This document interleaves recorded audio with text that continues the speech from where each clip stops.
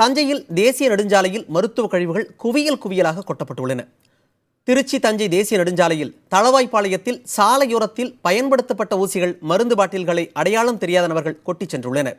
காலாவதியான மருந்துகளை முறையாக அப்புறப்படுத்தாமல் சாலையோரத்தில் கொட்டிச் சென்றுள்ளதால் மழைக்காலத்தில் நோய் தொற்று ஏற்படும் என்றும் மக்கள் அச்சம் தெரிவித்துள்ளனர்.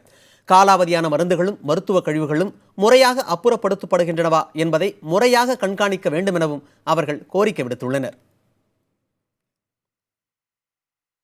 மருந்து எக்ஸ்பைரி ஆச்சு அப்படின்னு சொன்னால் அதை உடனடியாக மொத்த விற்பனையாளர்கள்ட்ட திருப்பி கொடுத்து அந்த மருந்தை மாற்றிக்கிறது தான் நடைமுறை. ஆனால் இது கொட்டி கிடக்கிறது அப்படிங்கிறது ஒரு அதிர்ச்சி தரக்கூடிய சம்பவமாக இருக்குது. சிரஞ்சிகள், அந்த பஞ்சு, அந்த நோயை துடைச்ச பஞ்சு, இந்த கழிவுகள் அப்படியே நடு ரோட்டில் கிடக்கு.